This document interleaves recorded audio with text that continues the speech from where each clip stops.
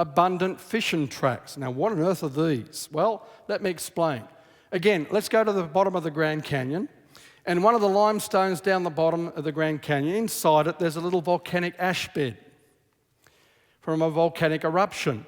And inside this volcanic ash bed, which as you can see there where the pen is for scale, it's only about 2 to 3 inches thick.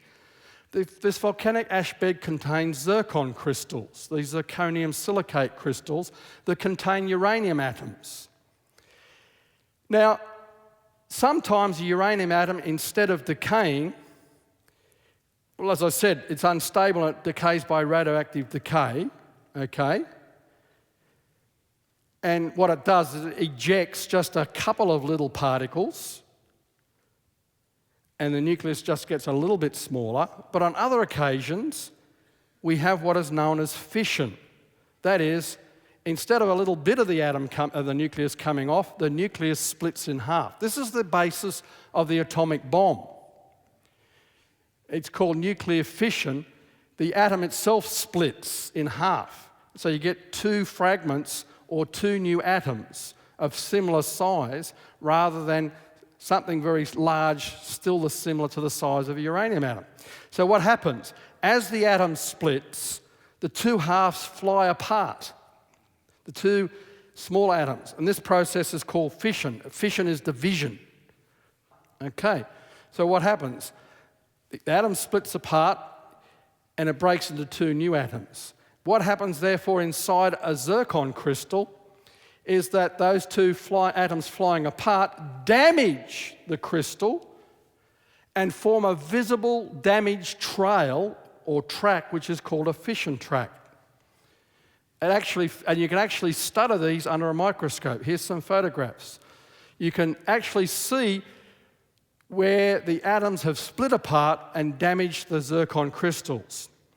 Now, the more atoms that have split apart, the more of these tracks are produced. So if you know the rate at which this fission or fission process occurs, you can count the number of tracks and use it as an age calculating method. And so this is something you can physically observe. In other words, nuclear decay has occurred through geologic time. There's no question about it. We have physical evidence that there has been abundant nuclear decay. Well, we again look at 3 examples. In the Peach Springs volcanic rock unit near Kingman, Arizona, we find fission tracks equivalent to 21 million years worth of nuclear decay at today's rate of fission. This is at the top of the flood sequence. We go down a little further, we go to the Morrison Formation, which is famous for its dinosaurs in Utah. Again, we find a volcanic ash bed, we extract the zircons, and we find there are fission tracks equal to 136 million years worth of nuclear decay at today's measured rate. Okay, I'm not saying there was 136 million years, I'm just saying if you use the assumption of today's measured rate and extrapolate back, that's the number you get. And again, if we go to the bottom of the Grand Canyon, the lowest of the units in the walls of the Grand Canyon, the Tapeats sandstone that we mentioned last night, it also has a volcanic ash bed in it, and the zircon crystals there have fission tracks equivalent to up to 500 million years worth of decay at today's measured rate. And that's at the bottom of the flood sequence. Now that makes sense. We know that therefore there's abundant evidence of nuclear decay during the time these rock layers were formed in the Grand Canyon, Colorado region, up to 500 million years worth.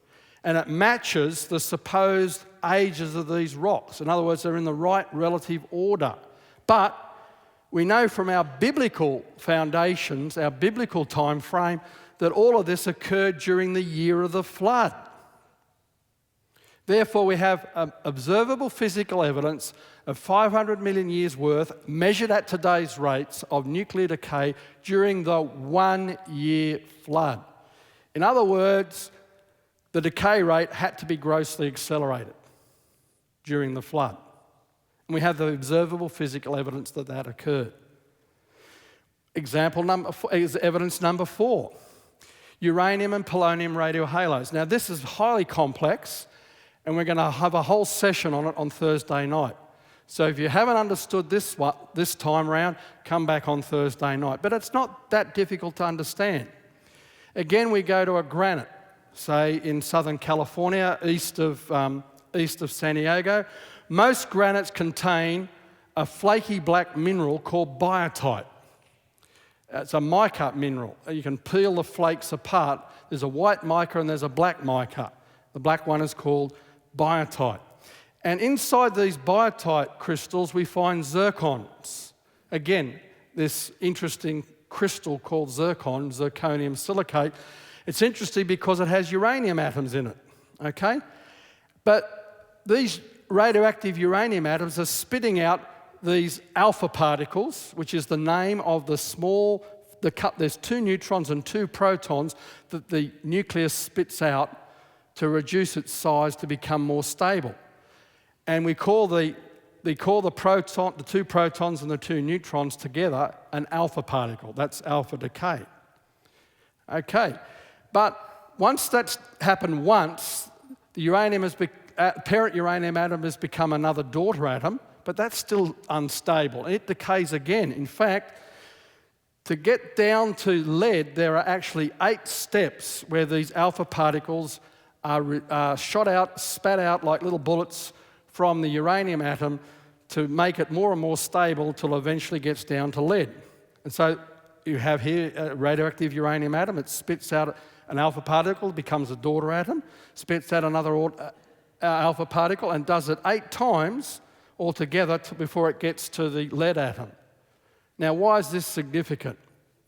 Well, let's go further. When the zircon crystals are large, as in the first example I gave you from that drill hole in Los Alamos where we got the helium studies, where the zircon crystals are long enough, are big enough, the alpha particles can't escape. They don't have enough energy to escape from the zircon crystals. They pick up stray electrons and become helium atoms, which is why we had helium in those zircon crystals. But when the zircon crystals are tiny, the alpha particles escape and they shoot out like little bullets into the surrounding biotite crystal. And it's like firing a gun at a plasterboard wall. You leave a hole in it. So these alpha particles are so energetic that they damage the surrounding crystal and it damages it and discolors it.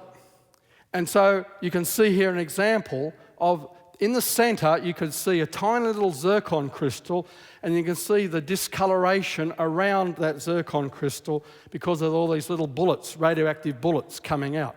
It's like when they used to use radioactive decay. You put a piece of uranium on a photographic plate, it would leave a darkened area. Well, it's similar in a biotite crystal. And these are called radioactive halos, or radiohalos for short. And they are evidence, they're physical evidence of abundant radioactive decay. Now, interestingly, each of these steps, and I said there are 8 steps from uranium down to lead, every one of those steps produces alpha particles or bullets of different energies. What does that mean? It's like having a handgun versus a rifle. The rifle's got to shoot the bullet further than the handgun. And so these alpha particles go different distances, and so the sphere of discoloration is at different distances according to what element in that decay chain shot out those little bullets. And you can see in this diagram the list of parent atoms that shoot out the alpha particles from uranium all the way down to lead, and the different energies. And where the bullets stop, they produce the most damage, which produces a darkened ring. So a fully formed uranium radiohalo has 8 rings, as you can see in that photograph. And it has been determined that to form this discoloration at such an intensity that it can be observed under a microscope requires 500 million to 1 billion of these alpha particles. Now, that much decay is equivalent to at least 100 million years worth of radioactive decay measured at today's rates. So when you see these radio halos in a granite, it means that that granite has suffered at least 100 million years of radioactive decay. That's at today's rate. I'm not saying the million years ever happened. All I'm saying is if you take the measured rate today and extrapolate it back, that's the number you get. Now, granites all around the world contain these dark uranium radiohalos, and I've had samples now from 4 or 5 continents. And everywhere I look, I find these radio halos. And so we go to Arizona in the Grand Canyon area. We go to southern Australia. We can go to southeastern Australia. We can look in England, the Lake District of England. We can go to the Confederate Memorial outside of Georgia and find these radio halos. Don't tell them I got samples from there, will you? And also you can go to Yosemite National Park and find halos in rocks like the Half Dome granite. So granites all around the world contain this abundant physical evidence of nuclear decay, at least 100 million years worth. And interestingly, you need to remember that many of these granites intrude into fossil-bearing sedimentary rocks. One of those granites in southeastern Australia, you can actually walk from the fossil-bearing rocks, sedimentary rocks, through where the heat of the granite has metamorphosed the rocks and then into the granite. So we know that the granite formed after the sedimentary rocks formed with fossils in them. So when did the fossiliferous sedimentary rocks form? During the flood. That means 100 million years at least worth of radioactive decay in these granites had to occur during the flood. It's not that difficult to understand, is it? Now, in many granites, there are also single ring halos that are very small, sitting alongside the larger uranium radiohalos. And the larger one there's so much radioactivity that it's blurred all the rings. You can't see them all. So there's hundreds of millions of years worth of decay in that photograph. And in this one too. In some granites, in biotite flakes, we find 2 rings. The 2-ring one, that's very hard to see the outer ring, but it's there. It's there. And in some granites, you actually find 3-ringed halos. What does this mean? This is different to the 8-ring uranium radiohalos. Well, interestingly, these rings match the last 3 elements in that decay chain, well, the last 3 isotopes. It's all the same element. It's an element called polonium, discovered by Marie Curie and named after a homeland of Poland. It's a rare metal. And there's 3 isotopes in the decay chain of uranium, 218, 214, and 210. And so we find that these elements are responsible, this element, polonium, is responsible for forming these 1, 2, and 3-ring polonium, these radiohalos. And these polonium radiohalos are found in many granites around the world, alongside uranium radiohalos in Arizona, in South Australia, again in the Lake District of England. These are just a few examples. East of San Diego. But here's the problem. These polonium radiohalos have been described in a famous US court case as a very tiny mystery. It was the 1989 Arkansas trial. And on the witness stand was the Deputy Director of the US Geological Survey. And when he was confronted with this evidence, he scratched his head and said, it's just a mystery. Didn't have an answer. Why? Where did the polonium come from to produce these radiohalos? It's not in the biotite. The actual closest source is the uranium in the zircons, because remember, the uranium is decaying down to polonium as it's producing the radiohalo, the uranium radiohalo. That means the polonium had to be scavenged from the zircon crystals as the uranium was decaying and transported to produce independent polonium radiohalos. That means the uranium and polonium radiohalos had to form at the same time. And here's the crux of the matter. The uranium must deliver enough polonium to generate 500 million to 1 billion alpha particles for each dark polonium radiohalide before the polonium decays. Okay, but what's the rate of decay of these polonium isotopes?